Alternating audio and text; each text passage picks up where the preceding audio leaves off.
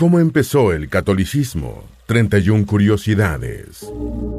La Iglesia Católica es una de las instituciones con más influencia en todo el mundo y es la más antigua del mundo occidental. Hoy más de 1.000 millones de personas profesan esta fe, una religión con una historia de casi 2.000 años y con aspectos muy diversos. El catolicismo, como lo conocemos hoy, tiene sus raíces en el cristianismo, por lo que es casi imposible separar los antecedentes. Sobre las bases de la Iglesia Católica, esta fue la que fundó Jesús, y el Papa es el sucesor de Pedro, el apóstol de Jesús. En tal sentido, presentaremos nuestra narrativa cronológicamente, que abordará curiosidades sobre el catolicismo y sus inicios. Primero expondremos datos acerca de Jesús de Nazaret, ya que es la figura central del cristianismo. Seguidamente, cómo surgió esta nueva profesión de fe, y por último, cómo derivó en lo que concebimos hoy como Iglesia Católica. Antes de meternos a fondo, no te olvides de suscribirte a nuestro canal y activar las notificaciones para mantenerte al día con nuestras actualizaciones.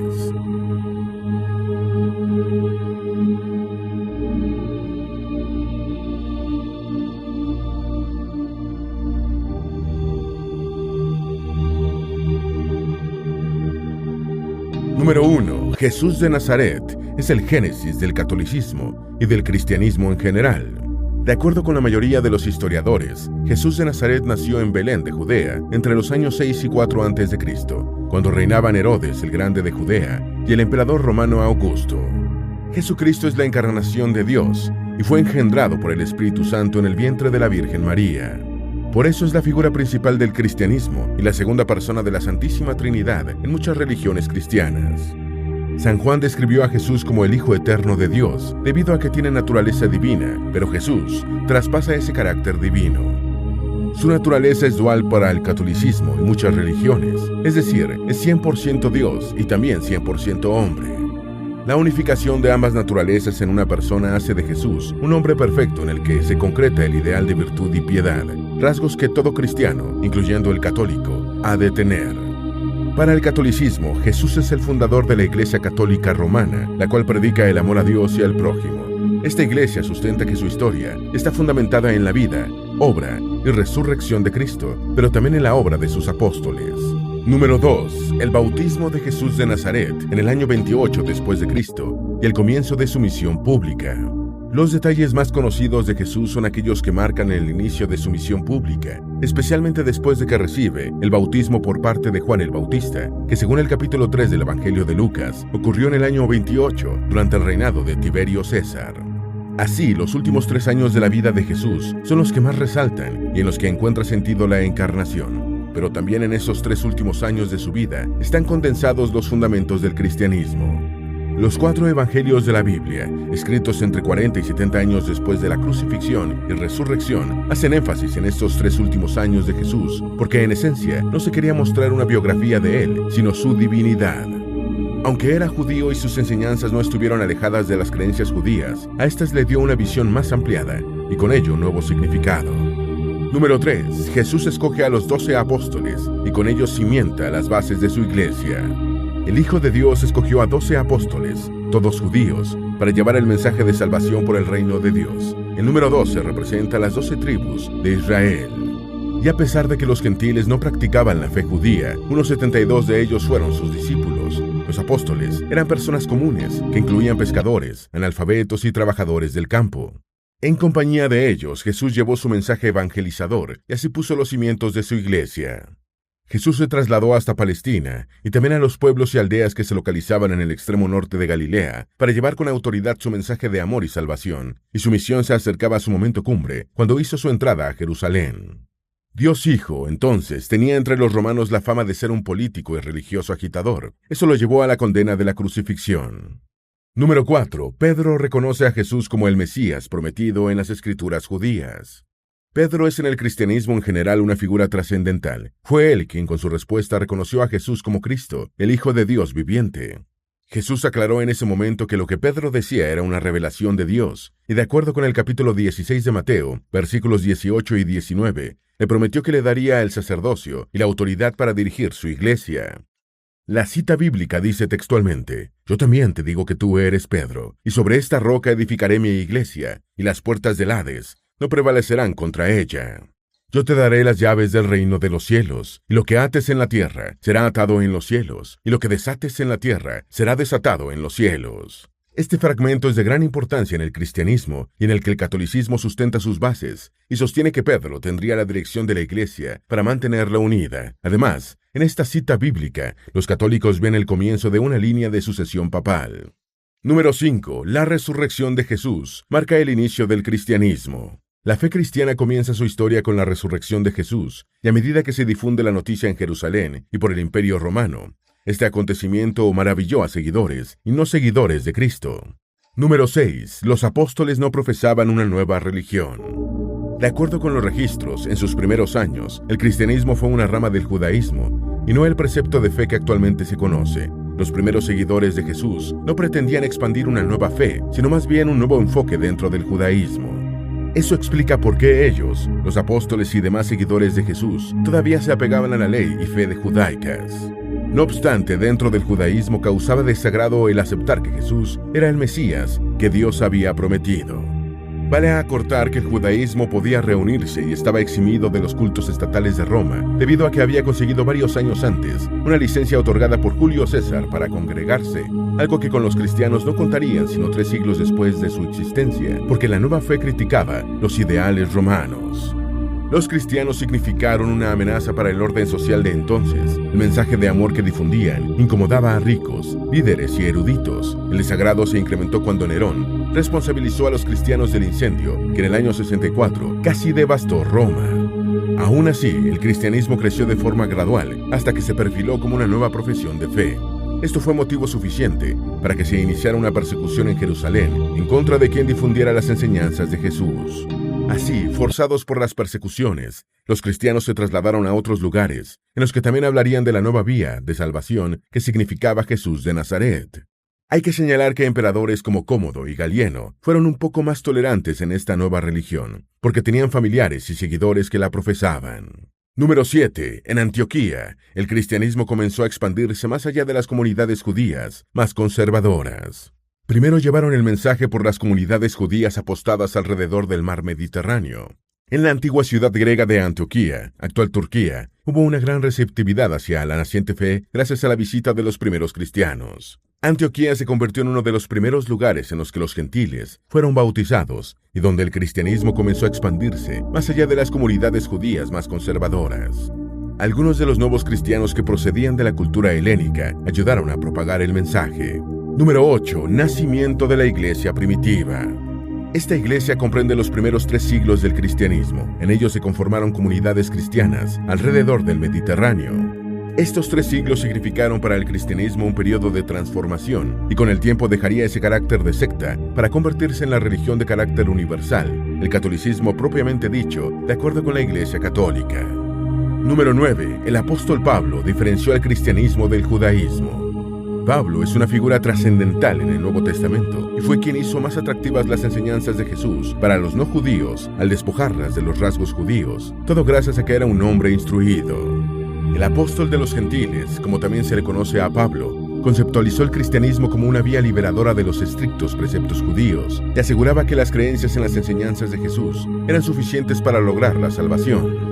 Pablo difundió el mensaje de Jesús por tierras lejanas y por tanto, gracias a él y a su experiencia de conversión, la fe naciente creció mucho. Esto en parte explica la importancia histórica de Pablo dentro del catolicismo y dentro del cristianismo en general. Número 10. En el año 50 la Iglesia celebra su primer concilio. En este concilio, de acuerdo con datos históricos, Pablo expresó que la gracia de Jesús era el medio para que judíos y no judíos lograran la salvación. El apóstol además habló de manera positiva de los gentiles. Su intervención hizo que por lo menos se decidiera que los gentiles estuvieran exentos de algunas leyes judías. En este concilio también estuvo presente el apóstol Pedro, que apoyó la visión de Pablo sobre los gentiles. La figura del concilio ha sido por años una de las reuniones más representativas del cristianismo y muy especialmente del catolicismo. Número 11. El cristianismo ya era una fe establecida para finales del siglo I. A pesar de la persecución, el cristianismo continuó con su expansión y eso hizo que ya a finales del siglo I fuese una fe establecida.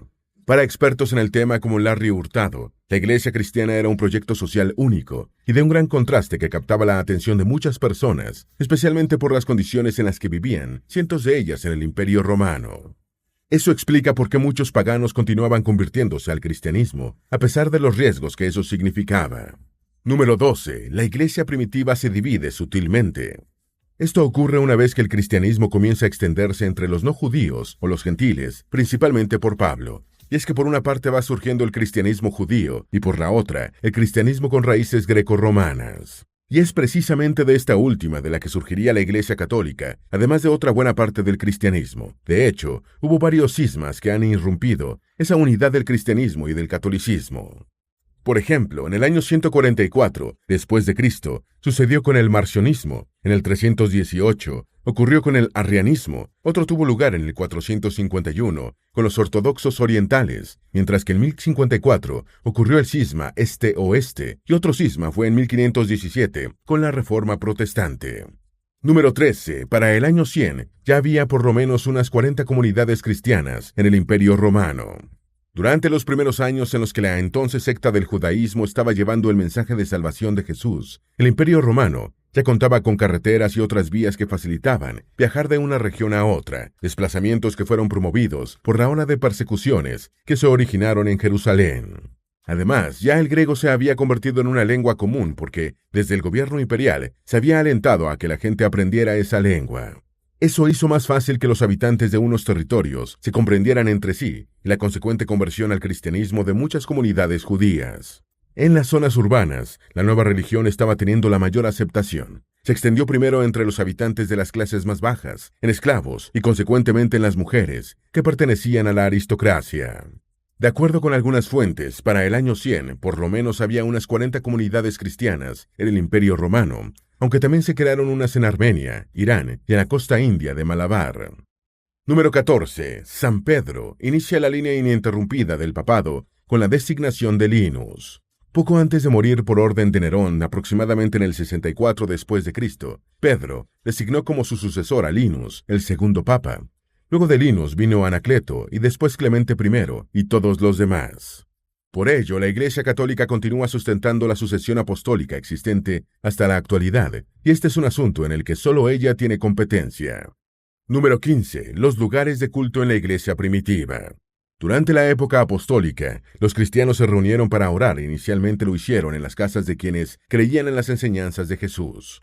Cuando se fueron convirtiendo al cristianismo mujeres y hombres de más reconocimiento social, las reuniones se hacían en las domus. En la parte del peristilo se iban colocando los miembros más habituales de cada comunidad cristiana, mientras que en la zona del atrio se ubicaba el resto del pueblo que se iba convirtiendo. Así fue tomando forma la posición en que los cultos asumirían los presbíteros y quienes escuchaban su prédica, y posteriormente la distribución de la misa católica, incluso de la celebración de otras denominaciones cristianas.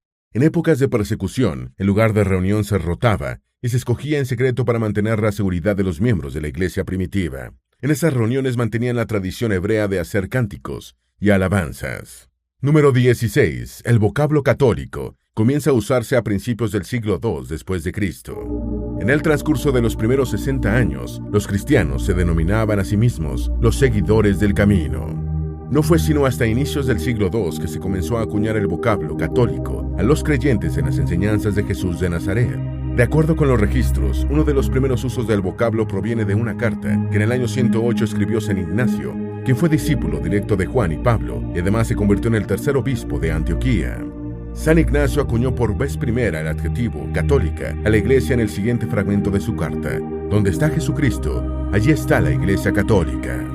El vocablo proviene del griego católicos, que significa universal. San Ignacio la usó en el siglo II con la intención de diferenciar las enseñanzas reales de Jesús de aquellas que el arrianismo daba como doctrinas y que se alejaban de lo que Cristo realmente quiso enseñar. Incluso negaban la divinidad de Jesús. Número 17. En un principio, los seguidores de Jesús no se denominaron cristianos a sí mismos.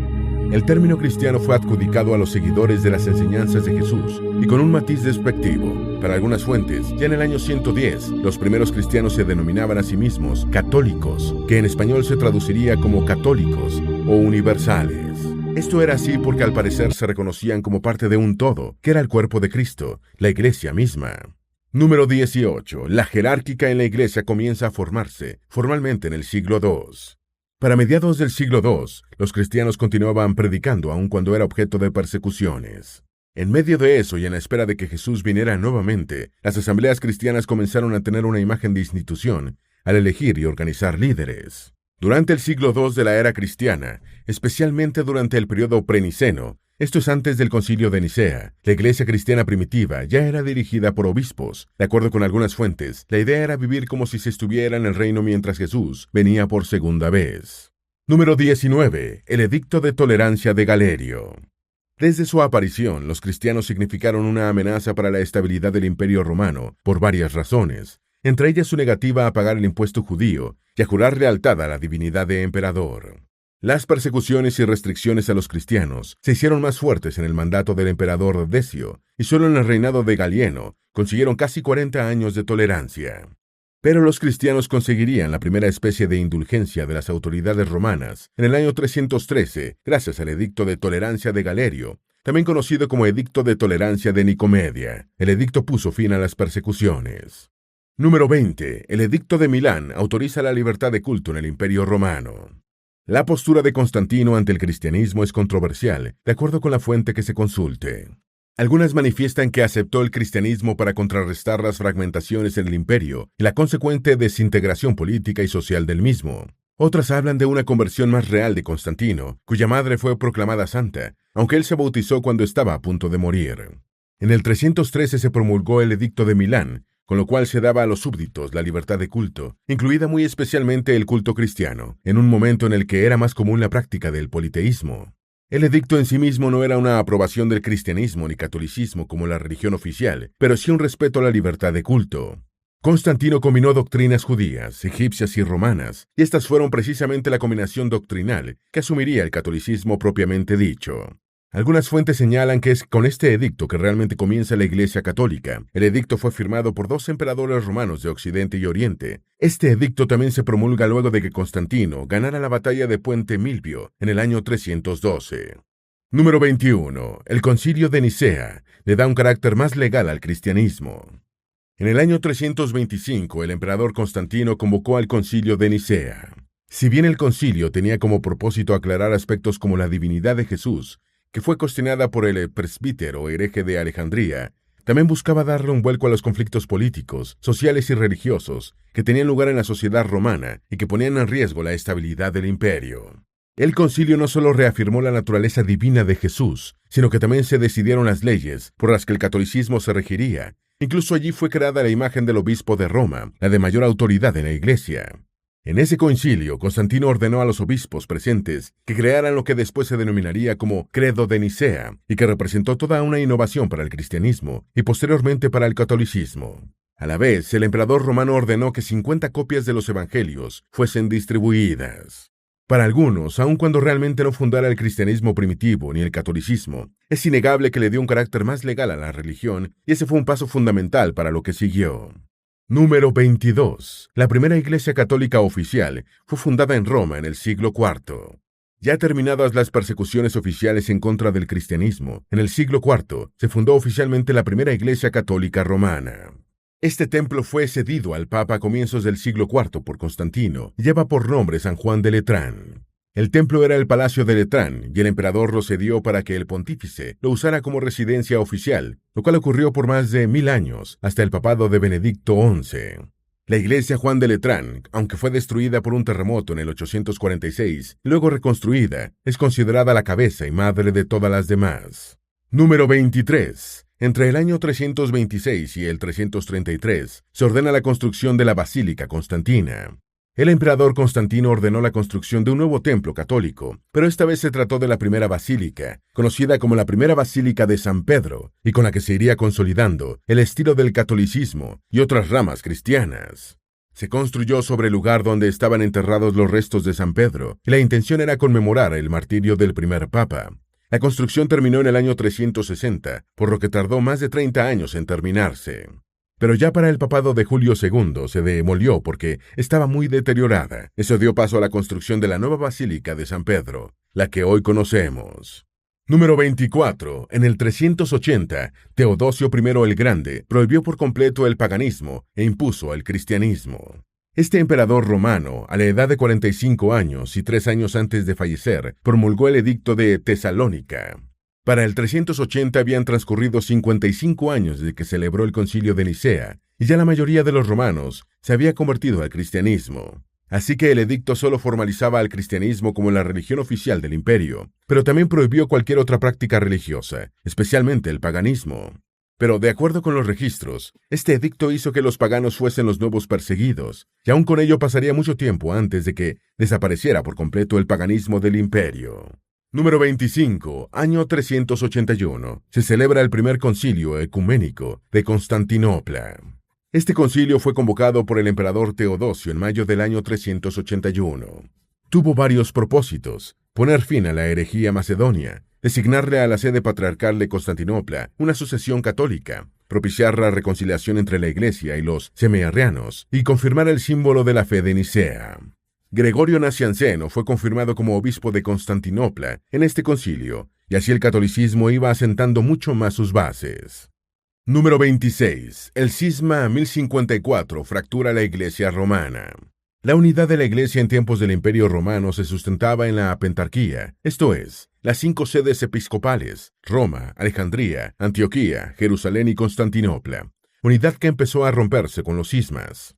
En julio de 1054 se produce formalmente lo que en los países ortodoxos se conoce como el cisma latino, y en los países occidentales como el cisma de Oriente.